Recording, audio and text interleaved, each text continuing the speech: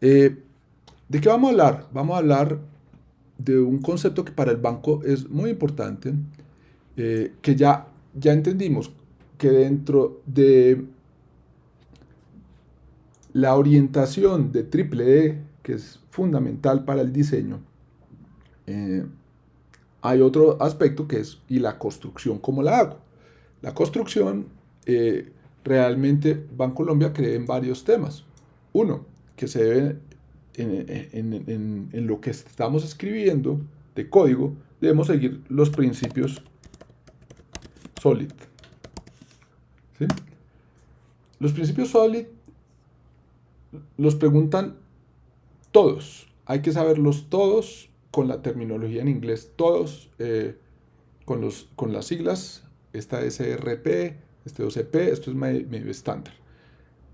¿Preguntan uno o dos? No, preguntan todos y los preguntan varias veces. Por lo tanto, esta parte de entender qué es realmente principio de una única responsabilidad, hay que leerlo, no solo quedarse con leer los títulos. Porque uno, no, yo ya entendí qué es esto y ya entendí qué es esto. No, hay que leerlo completo porque efectivamente preguntan, los preguntan todos, los cinco. En mi opinión, esa es la parte del examen más fácil que uno debería sacar 10. ¿Por qué? Porque pues, efectivamente hablan de los principios sólidos y es con leerse esto ya es suficiente. Pues yo escogí el primero, me parece un documento bonito, cualquiera, pero hay que leerlo. Listo, entendido.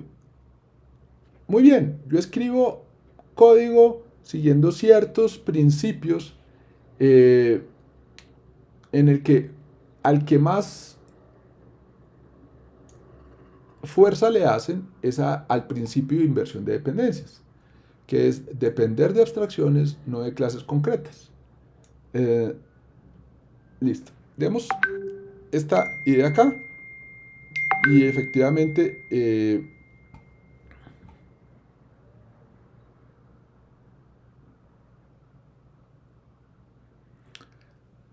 ¿qué pasó?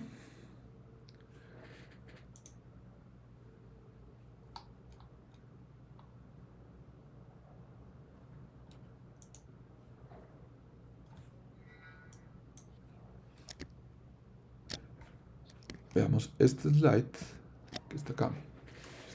¿Cuál es en el fondo el gran punto la búsqueda importante que están haciendo las personas de Bancolombia que los motivó a esforzarse por que todo el código en Bancolombia siga arquitectura limpia?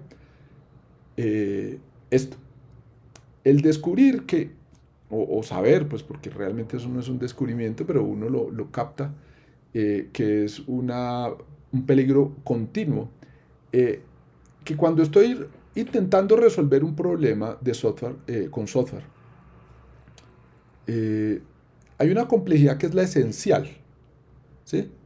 Que es la del mismo problema de negocio. Es algo, es esa dificultad que tiene el proceso en sí de negocio. Que abrir un préstamo hipotecario pues tiene muchas condiciones porque efectivamente, el bien, la notaría, hay que poner muchas cosas coordinadas, por lo tanto el problema es complejo. Y es complejidad esencial. Yo no la puedo recortar ni puedo hacer decir, no, hagamos, no hagamos eso tan difícil, hagamos una cosa más fácil. Pues no lo van a usar porque pues si no tiene, si no resuelve el problema de negocio, pues efectivamente, estamos quedándonos colados. Pero hay una complejidad accidental que a veces también la dividen en accidental e incidental, pero que es, listo, me contaron la historia, yo tomé la decisión de construir, supongamos que estamos hablando de una pizzería, y estoy pensando en el sistema de colocación de, de, de pizzas, de órdenes de pizza. Eh, Listo, se parece a un carrito de compras, por lo tanto uno podría decir, bueno, usemos Dynamo.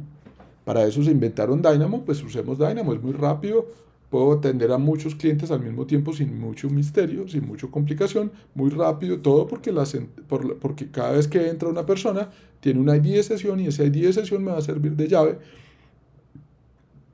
y voy a estar muy contento porque pues efectivamente las cosas van a ser rápidas. Y efectivamente es una decisión que posiblemente hubiese sido muy buena, pero si de pronto en algún momento alguien llegue y me dice, bueno, y ahora hagamos los reportes porque a mí me gusta, tengo que sacarle el histórico de todo lo que ha comprado la persona a lo largo del tiempo, porque normalmente son pizzas, la gente come más o menos las mismas pizzas, y le gusta o no le gusta las anchoas, o le gusta o no le gusta la piña en la pizza, y eso no lo va cambiando mucho. Entonces, pongámosle tal funcionalidad, pero después descubrimos, o descubre el desarrollador, que haber tomado la decisión de usar Dynamo, que no es, no es tan bueno como reportes como otras cosas, de pronto es una carga. Y entonces decide el desarrollador, no, aparte de Dynamo, metámosle un Postgres para poder mandar la data ya y hacemos un sistema de migración de data para que la data quede en una tabla medio lab y allá podemos hacer los reportes más bonitos. Eso es complejidad accidental. ¿Quién introdujo la complejidad? La decisión de haber usado Dynamo. Probablemente si hubieras escogido desde el principio Postgres, hubiese podido resolver todo de una sola forma, sin necesidad de procesos raros, es que a las 4 de la mañana entonces voy a mover los datos de una a la otra, porque pues, entonces eso no es en línea, no es en línea, y entonces me lo piden que sea en línea, entonces voy a tener que un proceso adicional, pero es que la base de datos, extraer los datos carga la máquina, entonces voy a tener que hacer un sistema de sobre cuáles bases de datos, sobre cuáles instancias voy a poder invocar. Y cada vez le meto más y más complejidad accidental. Y esa complejidad accidental, la amarilla que está ahí, no es del proyecto. ¿Por qué la estoy cargando? ¿Por qué no puedo tomar la decisión de, volvámoslo a hacer? O limpiemos esa deuda técnica. El señor Cunningham definida como deuda técnica es esa complejidad innecesaria que existe en el código del software, que es innecesaria. Luego, eso es una deuda y las deudas se pagan. Pero ¿cómo pagarlas? ¿Cómo no sufrir tanto en la destrucción de lo que yo ya había hecho para volverlo a hacer? Lo que plantea Bancolombia es, para mantener la complejidad esencial separada de la complejidad accidental, usemos el modelo que propuso las arquitecturas hexagonales, en donde adentro de todo de la arquitectura está el dominio. El dominio se compone de dos cosas: el modelo de entidades y los casos de uso.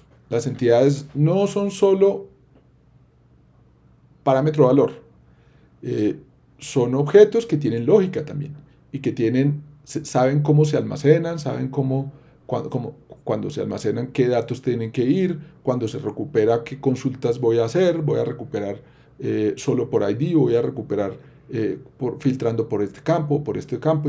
Eso lo debe saber el negocio, por lo tanto eso debe estar acá, en la parte de adentro. En la parte de afuera está lo que llaman aquí puertos y adaptadores en el framework. Esa es la terminología que usaba arquitectura hexagonal, y efectivamente esto es la base de lo que ha adoptado el banco, con una terminología más asociada a lo que llamamos arquitectura limpia. Vamos a pasarnos entonces espérate,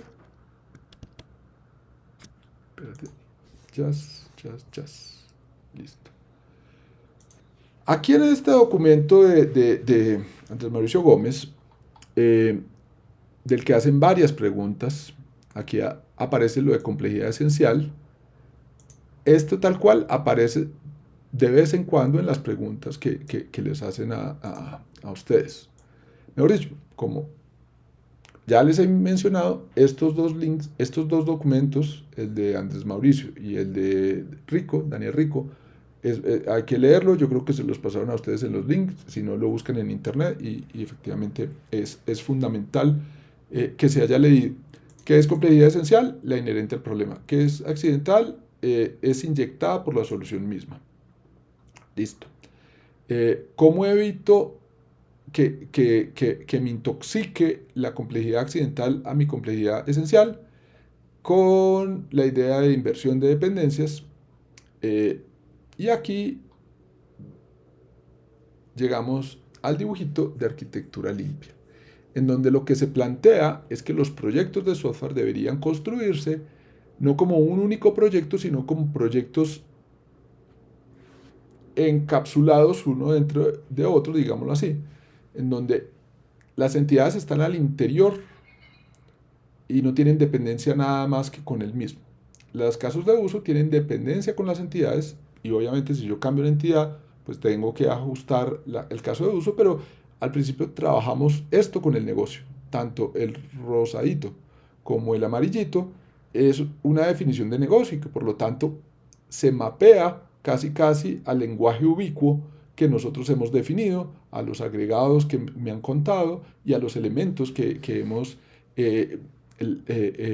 capturado en los relevamientos o en las especificaciones que nos dan a través de los casos de uso. Efectivamente estamos contentos con los casos de uso, pero los casos de uso los tenemos que exponer y las entidades las tenemos que almacenar o recuperar o modificar. Luego, esto se convierte en esta siguiente gráfica, en donde las entidades a través de los gateway hablan con los repositorios o con los proveedores de identidad o con el adaptador que sea. Digamos el ejemplo típico es, tengo una entidad y lo guardo en un repositorio de entidades, ya sea SQL, base de datos relacional, o ya sea documental, o ya sea llave de valor, o ya sea el modelo que me tenga, que se ajuste más a la realidad de mi entidad. Puede ser un grafo, entonces probablemente uso Neptuno. Esto es hacia el lado del almacenamiento. Hacia el lado del caso de uso, los casos de uso que me los definió el cliente como casos de uso son los que se exponen porque son los que yo voy a invocar. Se apoyan en las entidades y las entidades a su vez se apoyan en los gateways que van a estar conectados a través de los drivers a los repositorios. Pero los entry points van a ser como expongo, cómo entran los consumidores de mi servicio, de mi funcionalidad, cómo entran a mi solución. Luego, al interior yo tengo mi dominio que nunca va a depender de frameworks, nunca debería depender de que, voy a usar Oracle, no importa, que voy a usar Postgres, tampoco me importa. Eso no lo debe conocer el dominio y no lo va a conocer porque ni siquiera voy a permitir que haya dependencia de framework ni en este elemento ni en este otro elemento. Cuando quiera exponer, quien carga la dependencia de que si lo quiero exponer por web como servicio REST es el entry point. ¿Y este qué va a hacer? Recibe el JSON, supongamos, y el JSON no es la entidad, entonces lo tiene que ir a traducir para que el use case reciba las cosas como le gusta el use case, porque el use case habla de colocación de pedido de pizza, eso es lo que le interesa a él. Cancelación de pedido, manejo de descuentos, porque hoy es martes de descuento y no sé qué cosas, y entonces efectivamente esas cosas están en el caso de uso. Y habla de entidades que vienen desde la época de Triple D, donde definíamos el lenguaje ubicuo. Por lo tanto, que lo quiero exponer como un arreglo, eso es problema de este elemento, que no, es una mapa, una lista, esas son cosas del entry point, pero acá es como lo entendió el negocio, como me lo describió el negocio.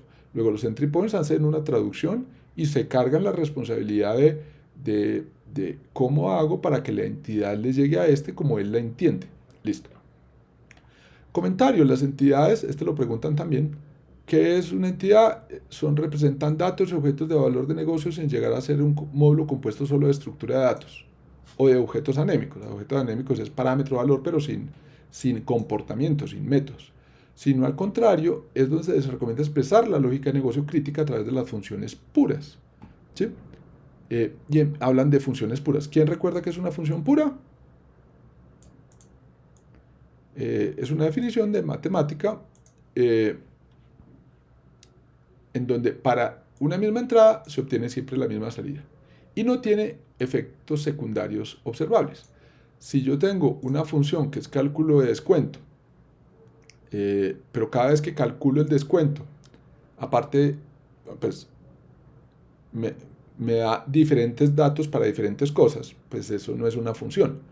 Que para el mismo día, para la misma persona, para la misma pizza, en un momento da un descuento X y en otro descuento Y. Claro, pueden cambiar las reglas y es claro que pues que pueden cambiar, pero si con las mismas reglas debería dar para las mismas entradas, debería dar la misma salida. Pero tampoco la función pura, si queremos hacer un descuento como función pura, no puede cambiar el estado no sé, es que dependo de la cantidad de queso que hay, entonces la función pura va y modifica el queso. Va bajando la cantidad de peso porque va sacando de... Ahí ya no es tan función, porque evidentemente tiene un efecto sobre colateral que uno no esperaba. Yo calculé un descuento y eso está cambiando la cantidad que hay de inventario de queso, ¿no? ¿Cómo así? Eso debe estar en otro lado, porque pues el descuento no es ese. Listo. Función pura ya se sabe qué es. Eso hago ese paréntesis porque es normal que lo pregunten. Bueno, veamos esto rápidamente en un proyecto de Bancolombia. Bancolombia usa un plugin open source para adoptar arquitectura limpia. Ese plugin, que seguramente les enseñarán a usarlo si entran al banco, efectivamente se ejecuta mandando unos comandos y él va a construir proyectos como lo que vamos a ver. Vamos a ver algunos ejemplos, o un ejemplo, de cómo queda un proyecto con arquitectura limpia, que eso está también acá en la estructura de directorios que plantean en el documento. Pero prefiero verlo acá. Tengo un directorio de dominio que tiene un directorio de modelo, que tiene un directorio, aparte de un directorio de casos de uso. En el directorio de modelos lo que veo es el archivo de dependencias. Habíamos dicho que el modelo no depende de nadie, y ahí está, 0 dependencias. Listo. En cambio, habíamos dicho que el use case tiene dependencia al modelo, y ahí está. Oh, caray, perfecto. Entonces, vea, ¿qué es modelo? Pues la entidad, customer, y cómo se interactúa con el adaptador. Aquí está el gateway.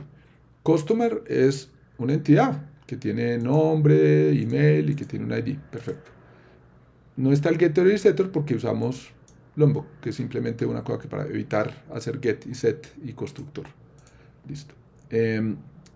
Aquí está el cliente, pero aquí hay otra cosa. Lo separaron de Customer Repository. El nombre es lo de menos. Podría haber sido Customer Gateway, ¿sí? Porque este no es realmente el repositorio, sino que es la obligación que va a tener que cumplir el que sea repositorio. Entonces esta es una interfase. La terminología aquí podría ser diferente. Podría uno haber dicho, no, las interfaces arrancan con I al principio para identificar que es la interfase de ser Customer Repository. Pero el hecho es que quedémonos con que la promesa que le estamos haciendo al mundo, que alguien me va a cumplir, yo todavía no sé quién, es que el customer sabe almacenarse, sabe obtenerse por ID, sabe eliminarse y sabe encontrar la lista de todos sus clientes. Listo. Estamos Bien, esa es la responsabilidad de dominio. En caso de uso, estará el código, no lo vamos a mirar por encima, de todas las funciones que se me ocurren que debería tener los casos de uso. Perfecto. También tengo infraestructura, en donde tengo dos proyectos, cada uno son proyectos aparte y se arman como proyecto individual gracias a Maven. Tengo cómo se va a exponer, ¿se acuerdan del dibujito? ¿Cómo se va a exponer?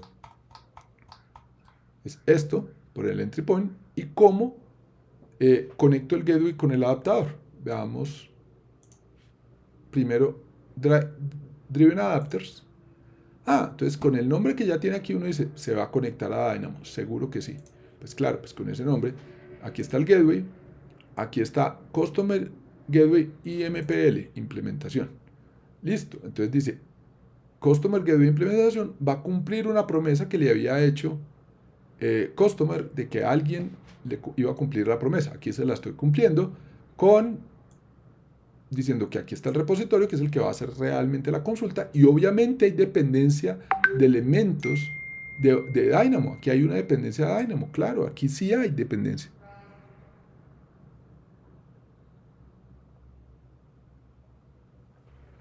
Listo.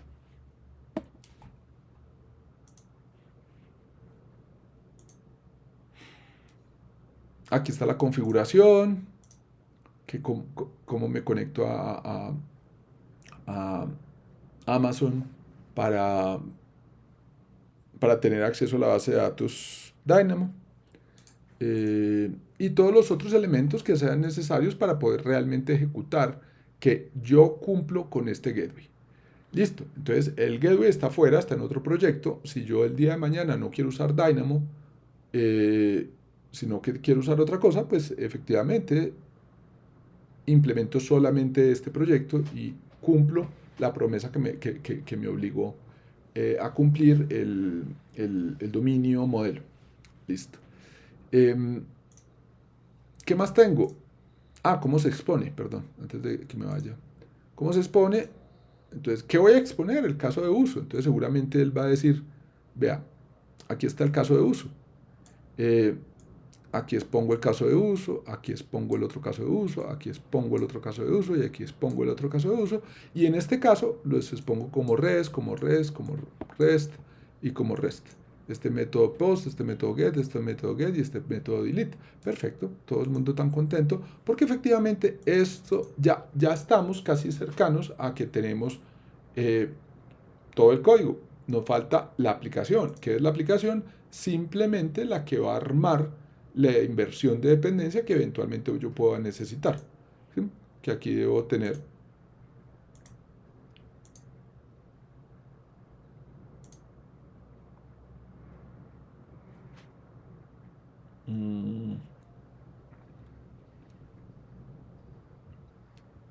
Bueno, la configuración de useCaseConfig que no dice nada.